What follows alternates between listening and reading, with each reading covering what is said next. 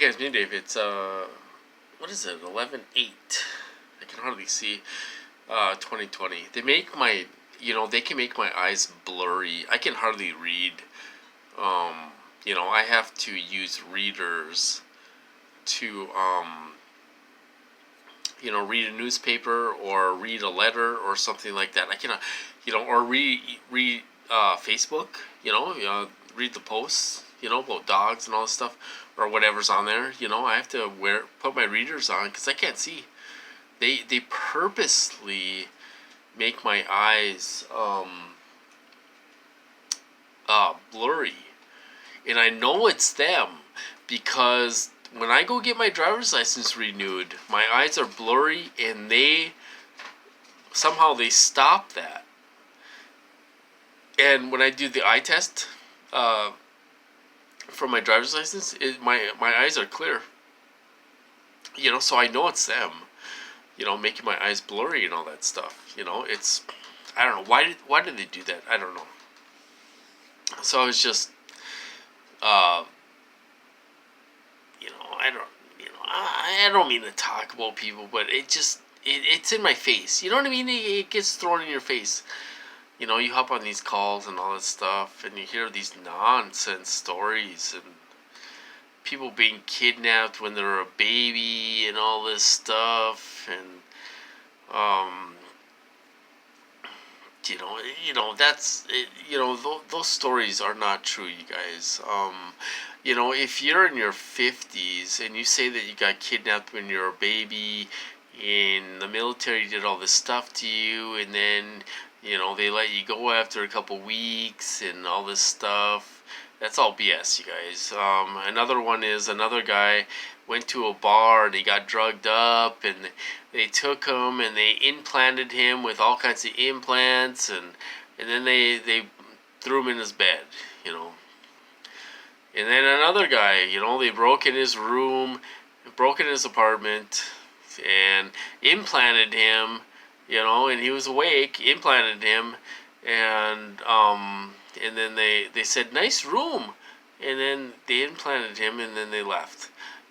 All these people are all fake TIs, you guys. You got people saying, this was years ago, a couple years ago, but, people saying that, I woke up and there was 50 drones out, 50. There's 50 drones out, and I think I have a camera in my eye, and, it's nonsense, you guys. These people are all perps out to discredit us, It's ridiculous. It's ridiculous. It's just, these are BS stories, you guys. And then, okay, what happens is that these people come in the community and they say they're nonsense stories, like they're the biggest target in the world, but they're not trying to get them in the psych ward. They're not doing anything to discredit them. They're not doing anything. Oh, they stuck, 50 implants in me, and I have 50 implants in me, and they broke it, they drugged me up, but you didn't call the police? Why didn't you call the police? Well, they broke in my apartment, and they came in my bedroom, and I was awake, and 3 guys were implanting me in my bed. And you didn't call the police afterwards and show them your marks all over your arms and your body? It'd be fresh marks. Fresh marks. Why wouldn't you call the police? You could prove that. You could prove where you got implanted. You'd be able to prove that. Why wouldn't you call the police? These people are ridiculous perps, you guys. And they come on these calls and they say the ridiculous nonsense stories to discredit us. To discredit us. You listen to some of these people and they're ridiculous. It's ridiculous. Stuff like that you can prove. If you have 50 implants in your body, 50 of them, really? How do you have 50 implants in your body? You would have holes all over your body where they put the implants in. You could prove that if you called the police. or if you took photos where you had 50 implants, you would be able to prove that. I would really like to see pictures of that. 50 implants, you'd have 50 incisions in your body. You know, I, I'm sorry, but I don't believe you. It's unreal, you guys. And then some of these people are like, oh, I got let go. Let me go. They took me, I went to a bar and I had a drink and I got drugged up and they put all these implants in me. And I woke up the next day and all this stuff, and then I was a target for a while, so I joined the community, told my story, pretended like I was one of the biggest targets in the world, and then all of a sudden, oh no, I started grounding myself, and grounding works that much. My targeting stopped, so now I don't go to the community anymore. Oh yeah, these are all perps, you guys. They're all BS stories. It's to discredit us. It's unreal. It really is unreal. What these people do and what they're put up to discredit us. If anybody listens to these calls or anything like that, it does sound unreal because it is unreal. These people are fake as hell. They're controllers. They say they have to control the situation. They have to control the conversation. There's many reasons to discredit us, to make us sound crazy, and all that stuff. I have a crazy story myself, but I'm real. I have the paperwork. I can pull out the paperwork. From the times I was locked up, I could pull out the paperwork from when I had a heart attack, and you can see all my arteries are clear.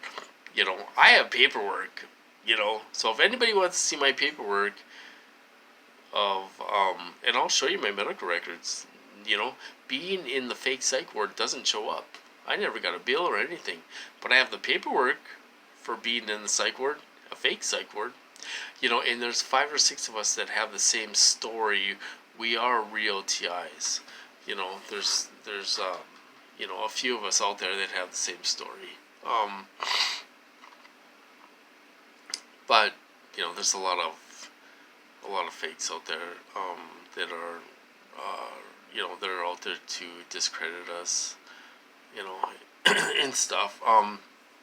Another thing is that we're always on step 1. There's targets out there talking about I'm talking about fake targets, not real ones, you guys. But they're always on step 1. They've been targeted for 30 years and targeted for 20 years, and they act like they're brand new, and they don't know what to do.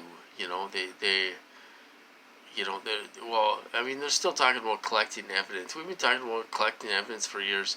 Let's move. Okay, that's step 1. Let's move to step 2 now, okay? So you got a little bit of evidence. Okay, what do we do with the evidence? That's step 2. Who do we bring the evidence to? Who do we grab? We got to grab someone's attention to what's going on. Okay, let's pretend there's 10 steps. Okay, step 1 is collecting evidence and all that stuff, documenting, maybe keeping a diary and stuff like that. Okay, let's move on from that, and let's move to step 2 in contacting people. Okay, now we got a new administration moving in. All new people. There's going to be all new people, not new people. They probably know about this, but we need to start trying to contact people again and start over again, So we got step 1 there. We're being targeted and we're documenting it. Okay, let's move on to step 2. What do we do with our evidence? Who do we send our evidence to? Who do we contact? After that, let's move on to step 3. But we're stuck at, we got these perps controlling what's going on. They don't want you to move to step 2. They want you at step 1. And they've been at step 1 for 13 years. I tell you guys, I'm telling you, you could leave, if you go on those calls and stuff like that, and you leave and come back, they're still talking about the same thing. They don't move on. They don't know what to do. And it's made to be like that. It's set up to be like that. You have to think about this as a movie almost. It's all scripted. They play their scenes. They're getting paid to play a character. I'm telling you from experience. I was in the fake psych ward. Okay, I'll tell you these. Okay, my experience is okay. I was in the fake psych ward. Okay, 20 perps. Totally fake. Pretending to be patients. Okay, they got to pick a character. Okay, so we had one guy in there. He was a skinny little guy. He was talking about being. He said he was a UFC fighter. Okay, I mean this guy was 120 pounds. Just a skinny little guy. Okay, they had this guy on there talking about he was gonna be a UFC fighter. He was a meth head. He didn't have any teeth. Had no teeth. He was like 30 years old. Had no teeth at all. Maybe he had false teeth, but they didn't let him have his teeth in or something because they were trying to provoke me to fight some of these people, And so they get to pick characters that they play. Okay, now this is in the psych ward. So we had one guy that was a bully. He would walk around with his shirt off. He wasn't in shape or anything. He was, kind of a husky guy. And he would go in his room and he would do these exercises. Breathing really hard and all this stuff, doing these exercises, trying to be intimidating. And he would always slam his door super hard every time he went in his room, trying to be intimidating. He was just a thug. He had no teeth. He was a meth head. No teeth, and, he was a bully, He acted like he was in jail, and he was the pod boss, big tough guy, tried to provoke me to fight the guy, okay? He was a big bully. They were doing that to, there was a younger guy there, maybe 19, 20.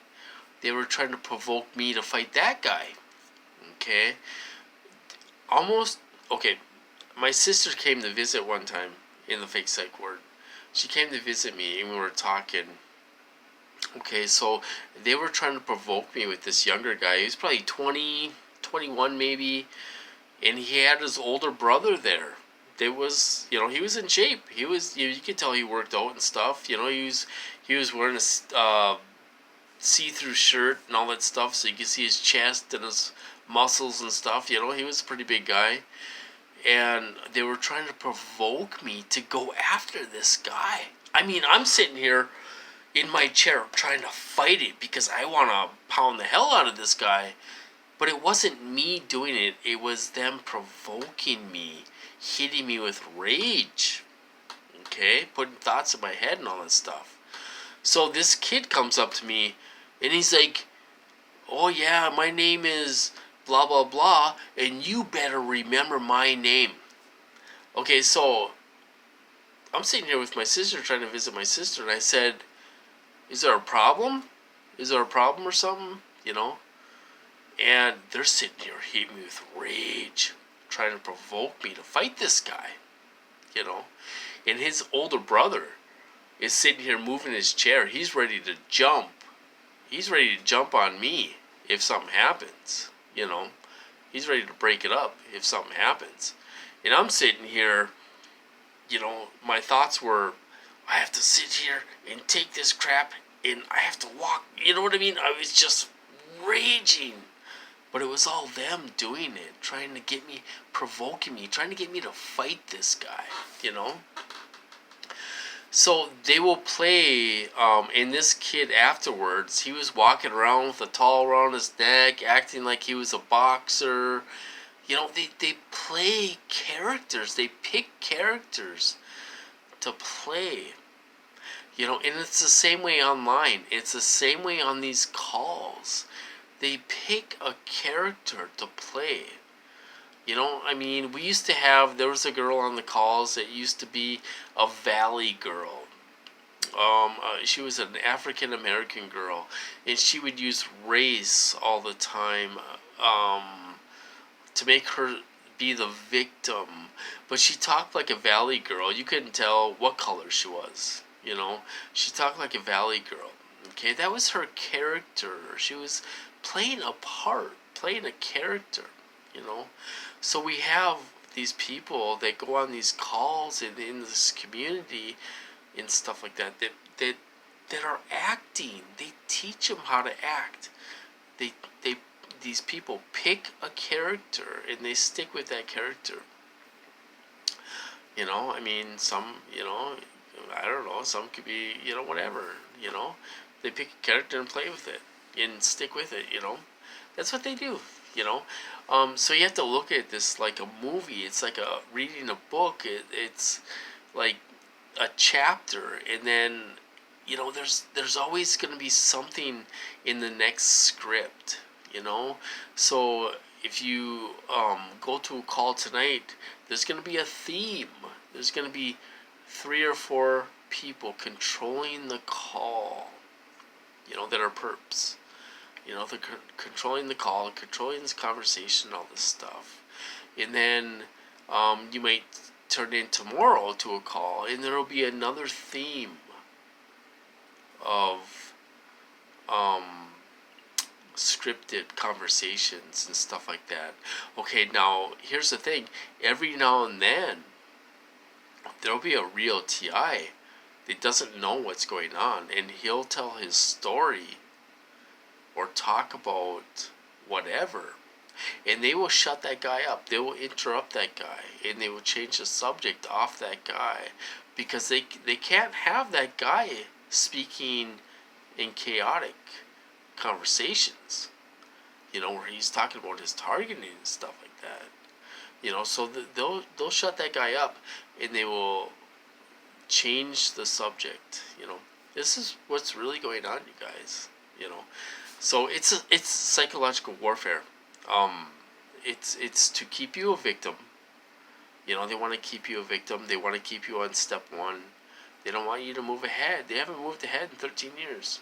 These people haven't gone anywhere in 13 years. And what they do is they move perps out and they move them in. They move perps out and they move them in. They rotate them in and out. That's the truth of it. Some people don't want to believe that. People think, well, they're just leaving the community because they want to try to live a normal life. No, they rotate. It's a pattern. They'll bring new perps in, introduce them, especially to those calls, and they'll become a star. They'll become a TI star. And they'll be around for a month or 2, and they'll make a name for themselves, and they're doing all this for the community and all this stuff, and then they will disappear. They're not disappearing because they want to go back to their normal life. They're disappearing because they're fake. And what they do is they rotate these people in and out, because it's hard on them. This is, it takes a toll on the perps too, to play a character every night, and do this to innocent people. So they bring them in for a month or 2, and then they rotate them out, and then they bring another batch of perps in, and they play a part, and they scripted conversations and all this stuff. It has to be controlled. It can't be chaotic. It has to be controlled to get triggers, reactions. Um, there's many other reasons why it has to be controlled. Verification, you know, um, all kinds of different reasons that they use these people. So boy, I've been rambling for a while. Um, so this is what they do in the community. They do it on Facebook. They do it on these calls. They do it in real life. If you're, like I say, I was locked up for 5 weeks, and they rotated these people in and out, in and out, in and out. Because it takes a toll on these people to perp you. When you're perping an innocent person for hours and hours and hours every night, or every day in the psych ward, it takes a toll on them. Some of them might develop a conscience, and they can't allow that to happen. And some of them do develop a conscience, and what they do is they tell them. I've experienced this in the fake psych ward. There was a guy. It was probably an act, but he was acting out like, I can't do this and all this stuff, and the nurse was like, you have to think about it as a practical joke to get through it.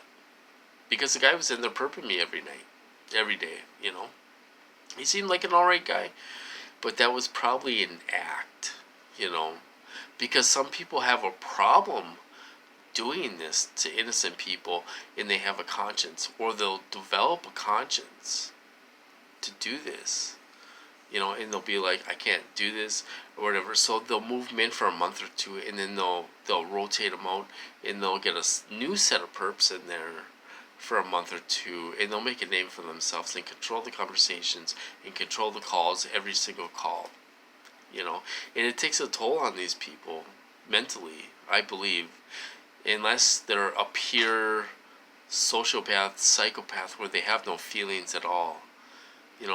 But if you have a little bit of feelings, you develop a conscience, and it's time to move that person out, and we'll move a new batch in. This is what's really going on those calls on Facebook. And in your own program, if you get locked up and stuff like that, if you have people around you that are in your program that are regular people, regular as in all the time perping you. So anyway, there's a little bit about the program. It's psychological warfare. This is what's really going on, in stuff, part of the program that's, real. This is what, especially online on Facebook and on those calls, this is what they do. So anyway, I didn't mean to make this that long and stuff, but I'm going to cut this off. I'm still being targeted. I slept all day. I tried to sleep all day. They didn't let me sleep. Are you kidding me? I still haven't got my test results back yet. I have to wake up, they did let me sleep 6 hours last night. I went to bed at midnight and slept till 6 a.m. And then I tried to get back to bed. I didn't get out of bed till 8 or 8:30, really. So it wasn't that bad of a night. I don't feel rested at all, though. I feel like I'm getting no rest, and stuff. So, but I'm still being hit. You don't want to let me sleep. Oh my gosh, I tried taking so many naps today. They just wouldn't let it happen. And there wasn't anything on TV, so I was watching like CNN and stuff, which I'm kind of sick of watching. So, there wasn't anything on, TV today. So, tomorrow's Monday. I should get my test results back. We'll see where that goes. If I'm going to be isolated for 2 weeks, if that happens, that's going to suck. Then we're going to have a lot of things going on, because my family member is going to have to get tested. She's going to have to be in quarantine for 2 weeks, too. And then we got the dogs to worry about. We're going to have to wear masks. I don't want to get dog sick either, and stuff like that. So hopefully I just had the flu. I feel a little bit better. I still have a trace of sore throat. I didn't have a sore throat last night when I was sleeping. My throat was fine. But I still feel a little off. But I tell you, the chicken soup and the broth work. So maybe I don't have this. I hope I don't. Maybe I just had a bug. A 3 or 4 day bug. So maybe I don't feel too bad, but I still feel off. I'm tired. I'm run down. And stuff like that. I need to boost my body up somehow. Vitamin C, vitamin D, you know, and stuff. I need to boost it up. So anyway, I'm gonna cut this off. I hope you guys have a good night. I hope you guys had a good weekend with all this crap going on, and oh my God, the election and all that stuff. There's so much stuff going on, stress in the world. You know, we gotta kick back and have a beer every now and then. Try to deal with all this stress we're dealing with. So anyway, I hope you guys have a good night, and I'll talk to you later.